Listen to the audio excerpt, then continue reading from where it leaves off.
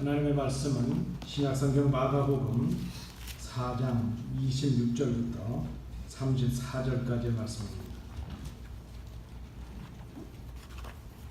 신약성경 58면입니다. 마가복음 4장 26절부터 34절까지의 말씀, 우리 하나님 말씀을 교독으로 공독하겠습니다. 26절입니다.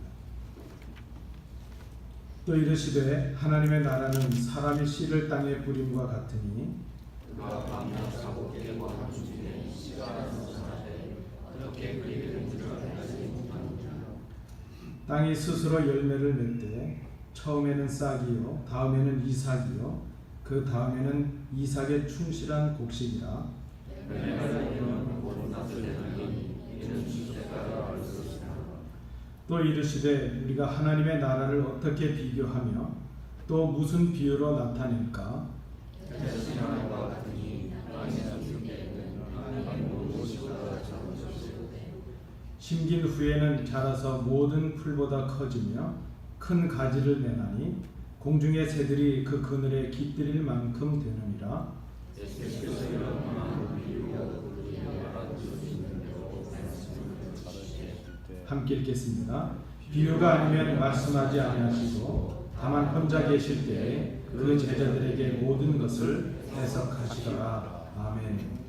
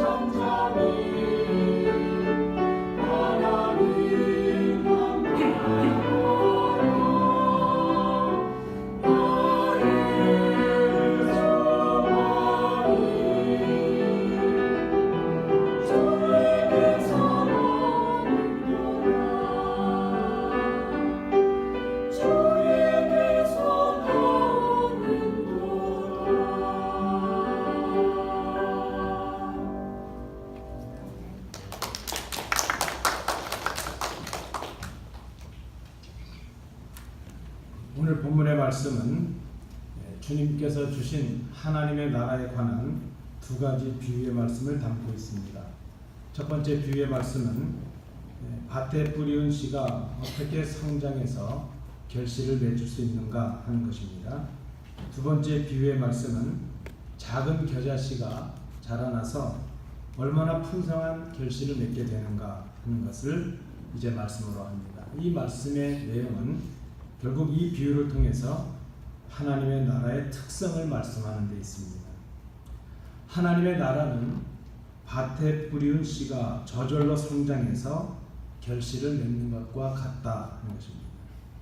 하나님의 나라는 작은 겨자씨가 자라나서 풍성한 결실을 맺는 것과 같다, 그것을 말씀하고 있습니다. 하나님의 나라가 어떻게 성장을 하고 어떻게 시작을 하는가, 그 믿음의 역사, 우리의 믿음이 어떻게 자라고 어떻게 성장할 수 있는가, 오늘 말씀을 통해서 우리의 심령 속에서 시작되는 이 하나님의 나라, 믿음의 그 역사가 어떻게 시작되고 자라는가 하는 것을 살펴보도록 합니다. 첫 번째 우리가 생각할 것은 우리의 믿음은 성장의 시간을 필요로 한다는 것입니다. 시간이 필요하다는 것입니다. 제가 전에 한국에서 교회를 섬길 때 한 청년이 저를 찾아왔습니다. 그리고 이렇게 질문을 합니다. 목사님, 내가 아무리 노력해도 믿음이 자라지를 않습니다. 어떻게 하면 내 믿음이 자랄 수 있겠습니까? 하는 것을 질문을 합니다. 그는 참 열심히 있는 청년이었습니다. 그저 청년 예배뿐만이 아니라 교회 본 예배 또 모든 집회에도 참여하는 아주 열심을 내는 청년이었습니다. 뭔가 좀 믿음이 빨리 성장하고 자라기를 원했는데 자신이 그렇게 수고하고 노력하는 것만큼 열매가 보여지지 아니하고 자기의 믿음이 자라는 것 같지 않았던 것으로 생각이 됩니다. 그저 그렇게 열심히 하는데 좀 보여지는 것이 없게 되니까 열심을 내면 낼수록 그 마음속에 초조함이 찾아왔던 것으로 보여집니다. 좀 빨리 성숙해질 수는 없을까? 마치 우리가 어릴 때 빨리 어린이 될 수 없을까? 빨리 좀 어른이 되었으면 하는 그런 기대가 있었던 것처럼 아마 이 청년이 그런 마음을 가졌던 것으로 보여집니다. 여러분, 우리가 그럴 때가 있죠. 우리의 믿음이 좀 빨리 성장했으면 좋겠다, 그럴 때가 있습니다. 좀 이 문제들이 빨리 좀 해결이 되고 빨리 좀 우리가 원하는 것들이 되었으면 좋겠다, 그럴 때가 있습니다. 우리 마음속에 하나님의 나라가 속히 이루어지고 우리에게 온전하고 완전한 믿음이 빨리 좀 뿌리를 내리면 좋겠다, 그렇게 마음을 먹을 때가 있습니다. 그런데 여러분, 하나님의 나라, 우리 믿음의 역사라고 하는 것은 이루어지는데 시간이 필요하다 하는 것을 생각합니다. 제가 말씀드렸던 그 청년은 지금 목사님이 되었습니다. 제가 얘기하면 여러분도 아실 만한 큰 교회의 담임 목사님이 되셨습니다. 목회를 잘하고 있습니다.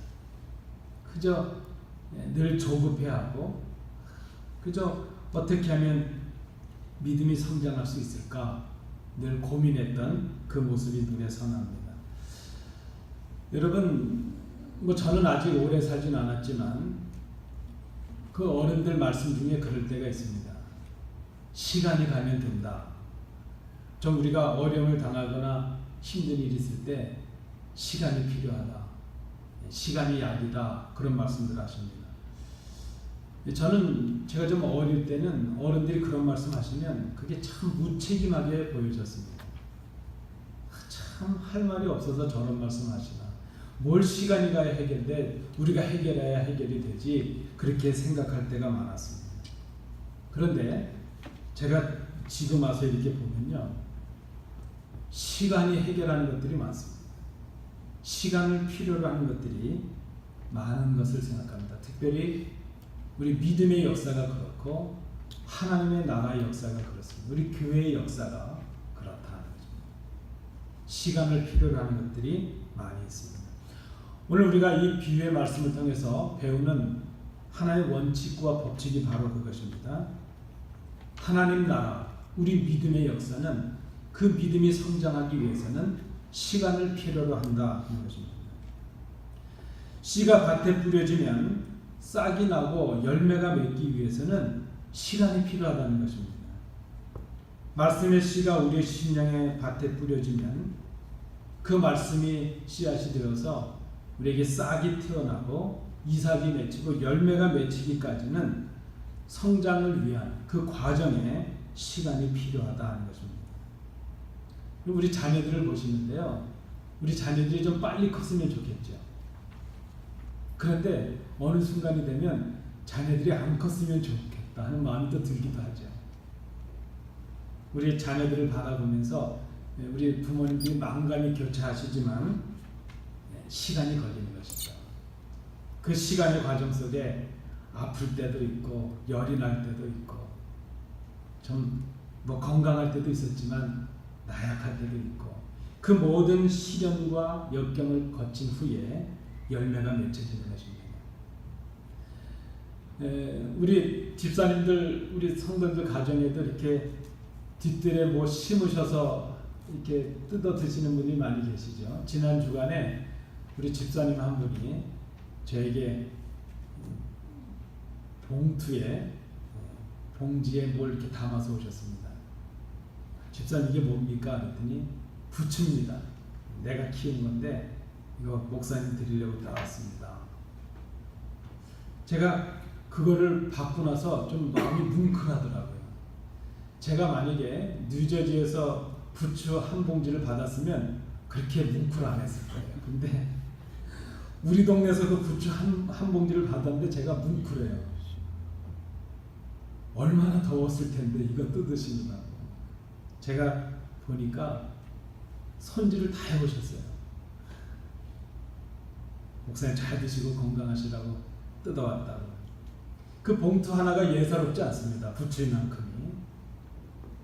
얼마나 많은 수고를 하셨겠어요. 그걸 가꾸고 물 주시고 그 돌보셔가지고 뜯어오셨는데 얼마나 많은 그 한 봉지의 부추 속에 그분의 수고가 보이고 땀이 보이고 시간이 보이니까 너무나 감사했습니다. 제가 그렇게 마음을 먹었죠. 이거 맛있게 김치 담아서 여름에 찬밥 물에 말아서 시원하게 혼자 먹어야지. 그리고 집사람한테 김치 잘 담그라고 줬더니 지난주 새가족 환영회에 전을 만들어서 왔더라고요. 그래도 제 거를 조금 남겨서 김치를 해주었습니다. 감사할 일이죠, 여러분. 시간이 있지 않습니까? 우리 교회를 위한 수고, 우리의 봉사 모든 것에 시간이 있습니다. 그 시간 동안 뿌려진 눈물이 있고 수고가 있고 기도가 있지 않습니까? 여러분 우리가 열매를 얻으려면 시간이 필요하다는 것을 기억해야 됩니다. 우리가 자연에서 배우는 것 아닙니까? 우리가 야채, 채소 하나를 키워도 다 시간이 필요하고 노력이 필요하고 그 열매를 맺기까지 과정이 필요합니다. 뭐 채소들 중에는 몇 달 안에 결실을 하는 것들도 있습니다. 그러나 어떤 것들은 1년, 2년 기다려야 되는 것도 있지 않습니까?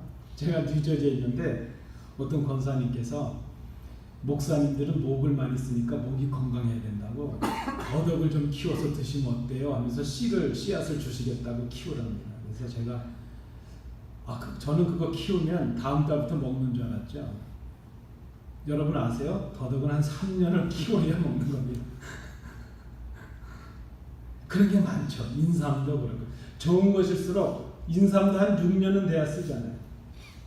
그러니까 이 과일 중에도 그렇죠. 잣나무 같은 것도 제가 알기로는 한 2년은 돼야, 그리고 매해 열매도 안 맺죠. 경련으로 맺는 것도 있고 시간이 걸려야 열매를 얻을 수 있는 것들이 많다는 것입니다.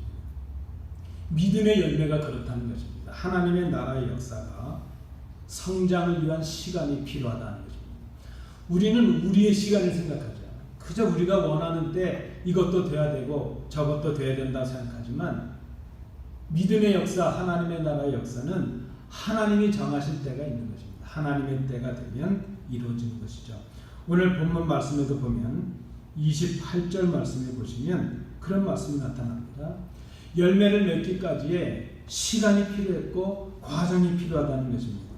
처음에는 싹이 납니다. 그 다음에는 이삭이 납니다.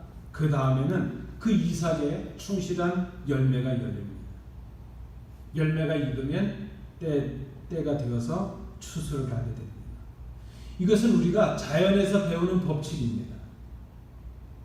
이 자연의 법칙처럼 그저 우리가 모르는 사이에 천국은 우리가 생각하는 시간이 아닌 하나님의 시간 속에서 완성을 향해 나가고 있다는 것입니다.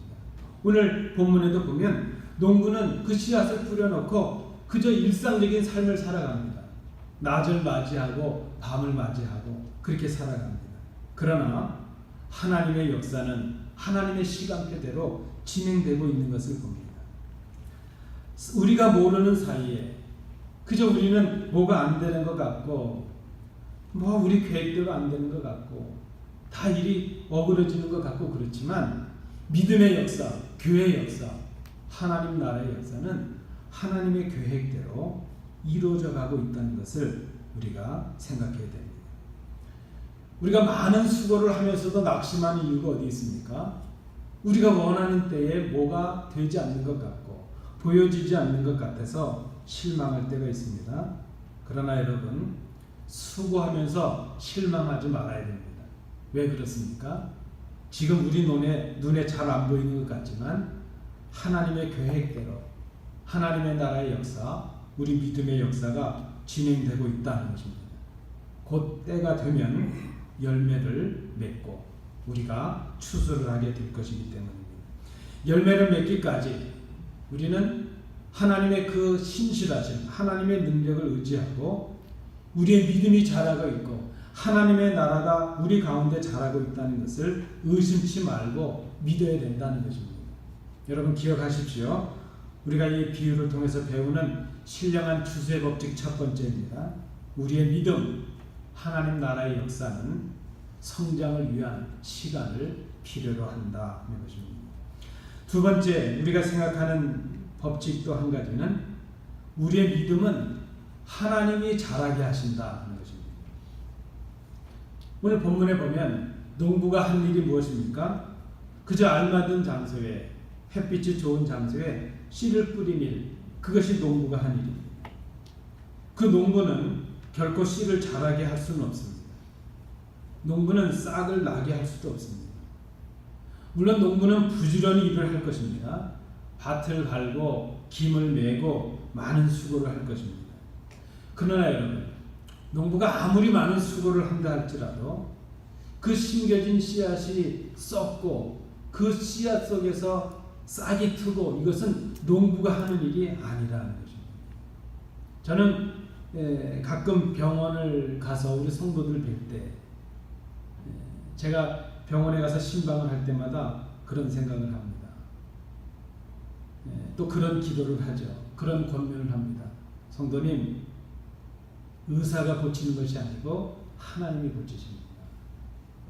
의사가 한 일은 찢고 도려내고 그거 의사가 합니다.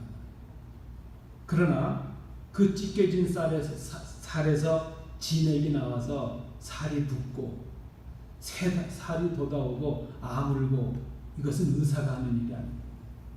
하나님이 하시는 일입니다. 그렇지 않습니까? 농부는 심었지만 그 심겨진 씨앗이 싹을 틔우고 열매가 되기까지 그것은 농부가 하는 일이 아니고 하나님이 하시는 일입니다. 싹이 나고 열매가 맺히는 것, 이것은 전적으로 땅과 비와 해를 주관하시는 하나님의 역사 속에 있다는 것입니다. 간혹 우리가 교회에 관해서 말씀을 나누거나 혹은 전도에 관해서 말씀을 나눌 때 그렇게 말씀하시는 분들이 있습니다. 열매가 없을 게 두려워서 열매를 맺지 못하면 어떡할 것인가, 그 걱정 때문에 교회를 선뜻하지 못하고 선뜻 전도를 하지 못하겠다, 이렇게 말씀하시는 분들이 있습니다. 생각해 보면 그렇습니다. 우리가 전도를 해야 되겠는데 내가 전도를 했는데 열매를 맺지 못하면 어떨까? 근데 그게 잘못된 것이죠, 여러분. 여러분, 전도하는 일은 우리가 할 일이지만 열매를 맺게 하시는 일은 우리가 할 일이 아닙니다. 우리가 할 일은 전하는 것뿐입니다. 열매를 맺게 하시는 분은 하나님이십니다. 말씀의 씨앗을 뿌리는 일은 우리가 할 일입니다. 그러나 그 씨앗이 그 심령 속에 떨어져서 싹을 틔우고 열매를 맺고 그러하여금 하나님의 백성이 되게 하는 일은 우리의 일이 아니고 하나님의 일이라는 거죠. 우리가 할 일은 무엇입니까? 전하는 일입니다. 우리가 할 일은 심는 수고를 하는 것입니다. 씨앗을 심는 수고는 우리가 합니다. 그러나 열매를 거두게 하시는 분은 하나님이신 것을 생각해야 됩니다. 우리의 능력이 아니고 하나님의 능력입니다. 오늘 본문 27절 말씀해 보시면 농부가 그저 밤낮 자고 깨는 중에 씨가 나서 자랐다, 그렇게 본문이 말씀하고 있습니다. 그래서 농부는 어떻게 싹이 나고 자랐는지를 알지 못한다는 것입니다. 그저 심어 놓은 것뿐입니다. 28절 말씀에도 보면 그래서 땅이 스스로 열매를 맺었다, 그렇게 말씀을 하고 있습니다.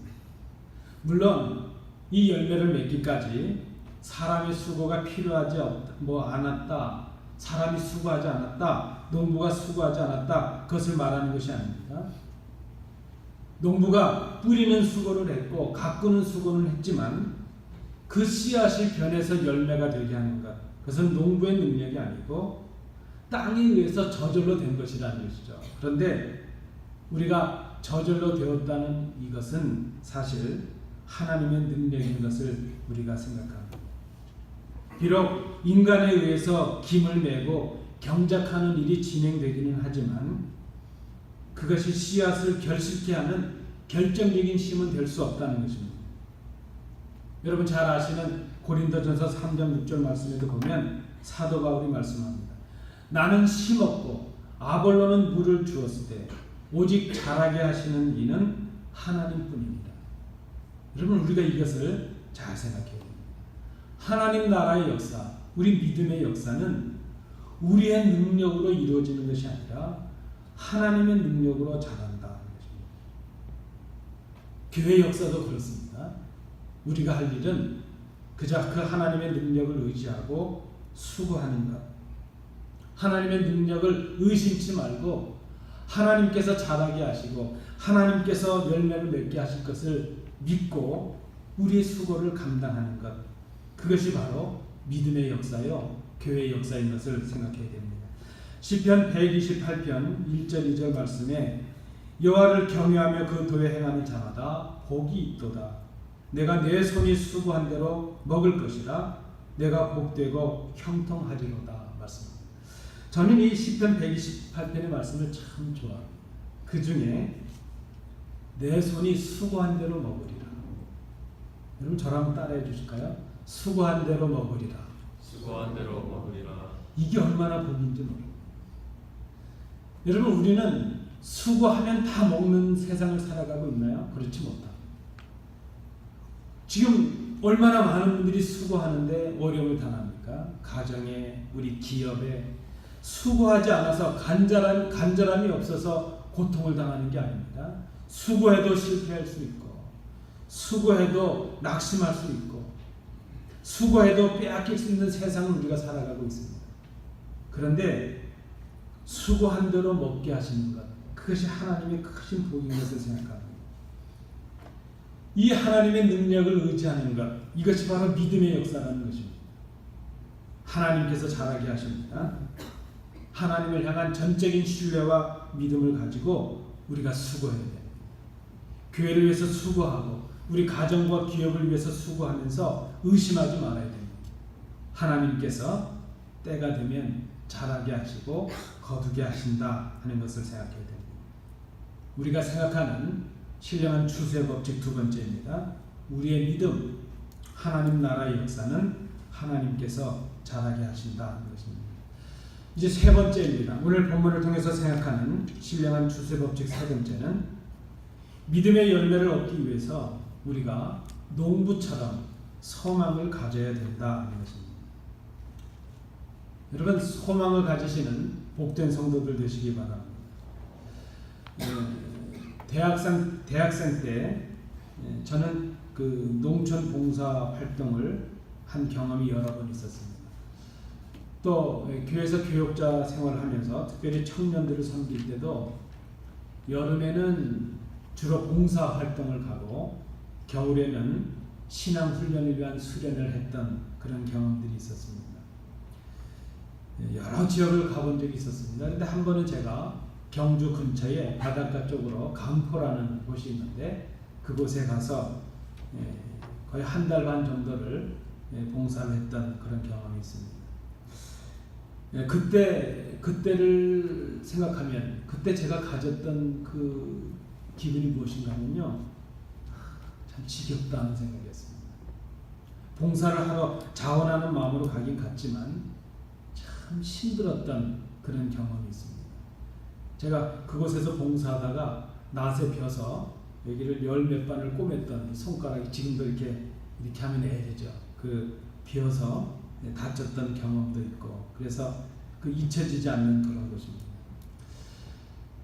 밭에 나가서 김을 맵니다. 그저 하루 몇 시간씩 그저 하면 허리가 끊어지는 것 같아요.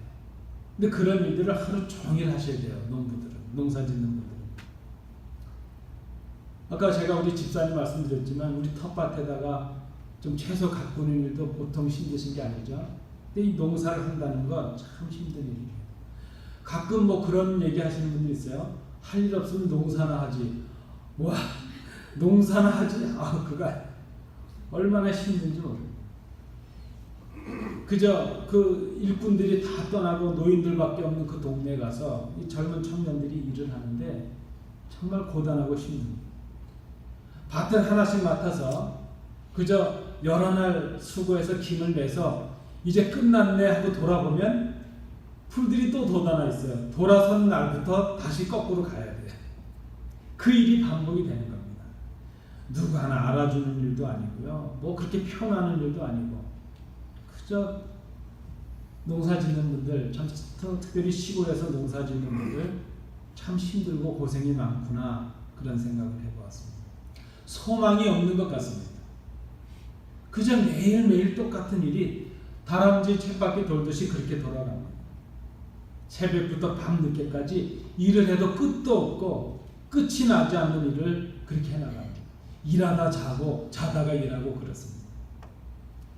그런데 제가 그때 그 지역에서 그 동네 분들께 아주 깊이 배운 것이 하나 있었습니다. 그것이 무엇인가 하면 그 힘든 일들 속에서도 그분들이 그 일을 감당할 수 있는 이유가 있었는데 그것은 바로 그분들에게 소망이 있었다는 것입니다. 소망이 있었습니다. 그 떼약볕에서 고생하면서도 그 힘들고 고달픈 삶을 살면서도 그분들이 그 고통을 견디고 인내할 수 있고 이길 수 있었던 이유가 있는데 곧 열매를 거둘 때가 있다는 소망이 그분들에게 있었기 때문이었습니다. 봄에 씨앗을 뿌리는 농부는 가을의 황금 물결에 그 들녘을 소망하고 바라봅니다. 지금 비록 떼약볕에 있지만 농부가 꿈꾸는 것은 추수하는 그때입니다. 소망이 그들에게 있습니다. 그 모진 고생과 수고를 하면서도 그 추수의 그때를 바라보면서 행복해졌습니다. 그것을 견뎌낼 수 있는 소망이, 그 향기 나는 풍성한 열매를 바라보는 꿈이 그들에게 있기 때문입니다. 여러분, 우리가 늘 생각하지 않습니까? 정말 불쌍한 사람이 누구일까? 정말 불쌍한 사람이 누구일까? 꿈을 잃어버린 사람들이죠. 소망이 없는 사람들이죠. 여러분, 우리 교회가 행복합니다. 여러분, 왜 행복한 줄 아세요? 우리에겐 꿈이 있기 때문에. 뭔가 오늘보다 내일이 날 것이라는 기대가 있고 꿈이 있습니다. 그래서 우리가 이 힘든 떼약볕을 견딜 수가 있습니다. 농부에게서 배울 수 있는 그런 소망이라 생각이 됩니다. 바로 이 소망, 하나님께서 장차 우리에게 하나님의 때에 놀라운 열매를 맺게 하신다는 그 소망이 오늘의 어려움을 견디고 이길 수 있는 우리에게 능력이 된다는 것입니다. 29절을 보시겠습니까? 29절은 말씀합니다. 열매가 익으면 곧 낫을 대나니 이는 추수 때가 이르렀음이니라. 여러분, 지금이 어떤 때입니까?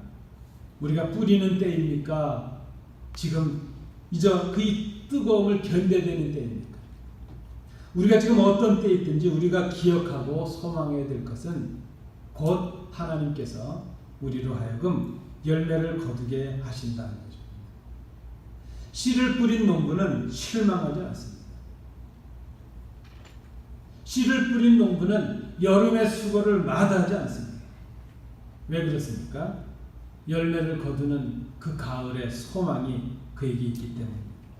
땅에 대한 믿음을 그가 갖고 있기 때문에 땅은 거짓말을 하지 않는다 그랬습니다. 심은 대로 거두게 한다 하는 것입니다.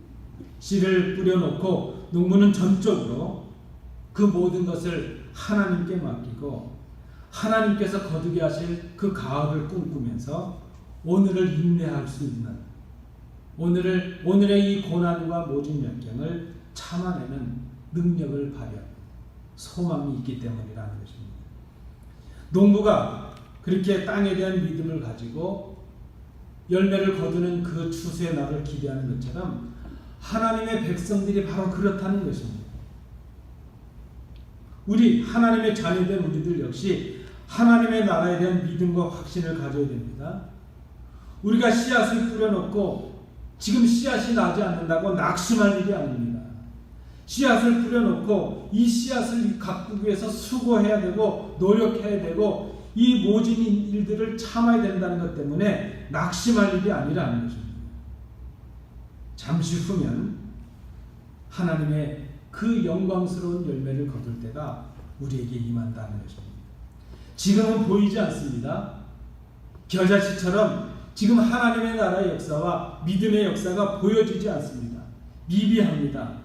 없는 것 같습니다. 그러나 잠시 시간이 지나면 겨자씨가 자라나서 큰 열매가 되는 것처럼 그 풍성함이 임하는 것처럼 곧 우리에게 이 하나님의 나라의 역사가 이 열매가 맺혀지게 된다는 것입니다.